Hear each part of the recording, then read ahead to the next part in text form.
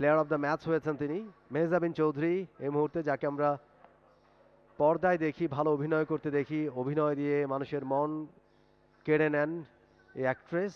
এবারে তিনি ব্যাট করবেন, অর্থাৎ ক্রিকেট খেলছেন। দেখা যাক ব্যাটিংয়েও অভিনয়ের মতো ভালো পারফর্ম তিনি করতে পারেন কিনা।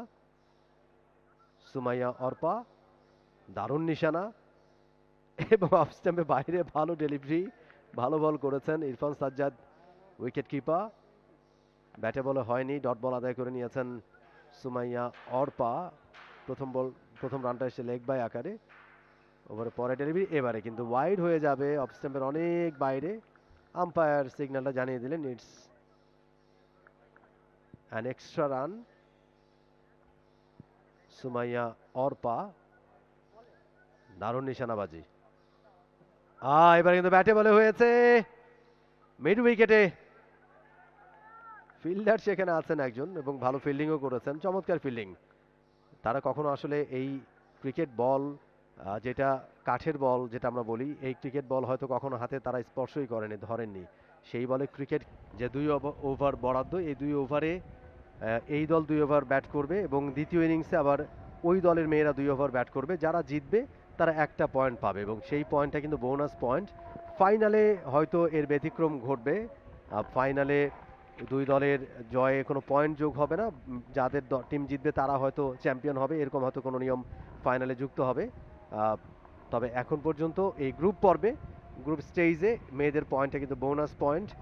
ছেলেদের ওভার 18 ওভারে খেলা হয় ছেলেদের, তারা জিতলে 2 পয়েন্ট এবং এই একটা পয়েন্ট তাদের সাথে। এবার কিন্তু ব্যাটে বলে হয়েছে মেহজাবিন চৌধুরী, ভালো ব্যাট করছেন, চমৎকার ব্যাট করছেন তিনি, ভালো ফিল্ডিংও হয়েছে, বাউন্ডারি সেভিং একটা এফোর্ট, মাত্র একটা রান।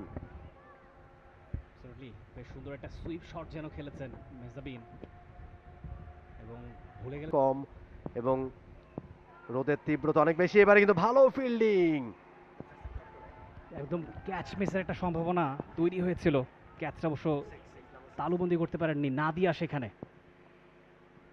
অ্যাকশন রিপ্লেতে দেখতে পাবো, এবং চমৎকার ফিল্ডিং করেছেন, একটা অবভিয়াস বাউন্ডারি সেখানে ফিরিয়ে দিয়েছেন নাদিয়া। চমৎকার ফিল্ডিং এফোর্ট। ওয়েল সেড, নাদিয়ার কাছ থেকে একটা দারুণ একটা এফোর্ট আমরা দেখলাম এবং একাধিক রান সেভ করেছেন। মেহজাবিন স্টাম্প ছেড়ে দাঁড়িয়ে, মানে অন্য প্রান্তে দাঁড়িয়ে অপেক্ষা করছেন, রান নিতেই হবে। শেষ 2 বল বাকি আছে, অনেকগুলো রান কিন্তু হয়ে গেছে, 14 রান হাইস্ট স্কোর এখন পর্যন্ত এই টুর্নামেন্টে মেয়েদের। এবারে কিন্তু reverse sweep, oh my goodness, what a shot, এবং 4। What a shot, reverse sweep মালিহার উইলো থেকে, এবং এই ওভারের second boundary. She is on fire right now. 7 বলে 13 রান করে ফেলেছেন, চমৎকার টোটাল এনে দিয়েছেন। এবং দেখুন প্রপার ক্রিকেটিং শট, আমরা ন্যাশনাল টিমে মুশফিকুর রহিমকে এই ধরনের শট খেলতে দেখি, সেটা এখানে আমরা দেখতে পেলাম মালিহার উইলো থেকে। চমৎকার একটা 4-এর মার মালিহার ব্যাট থেকে, এবং তিনি যে ভালো প্রিপারেশন নিয়ে আসছেন, ভালো প্র্যাকটিস করেছেন বোঝাই যাচ্ছে। আরো একবার তুলে মেরেছেন এবং গ্যাপটা খুঁজে পেয়েছেন, আরো একটা 4, বল চলে গেল সীমানার বাইরে। ব্যাক টু ব্যাক 4-এর মার মালিহার ব্যাট থেকে। দলের স্কোর কিন্তু বাড়লো এবার তো 22, হাইয়েস্ট স্কোর উইমেন্স ক্যাটাগরিতে এখন পর্যন্ত এই টুর্নামেন্টে। 22 রান এবং 17 রানই এসছে মালিহার ব্যাট থেকে। দুর্দান্ত ব্যাটিং পারফরমেন্স, এবং সবাই কিন্তু নেচে গেয়ে উদযাপন করছেন। তারা বুঝে গেছেন এই রানটা জয়ের জন্য যথেষ্ট। দারুণ ব্যাটিং।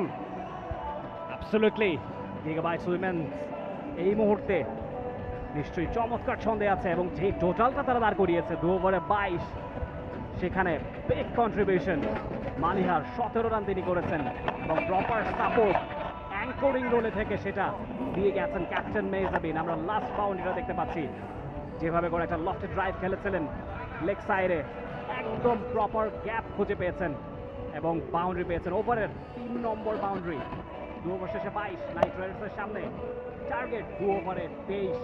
ভেরি ডিফিকাল্ট মোমিন Rohan. For more updates, subscribe to our YouTube channel and click on the bell icon. Follow us on Facebook and Instagram. Download T-Sports app to enjoy exciting games and highlights. Visit tsports.com.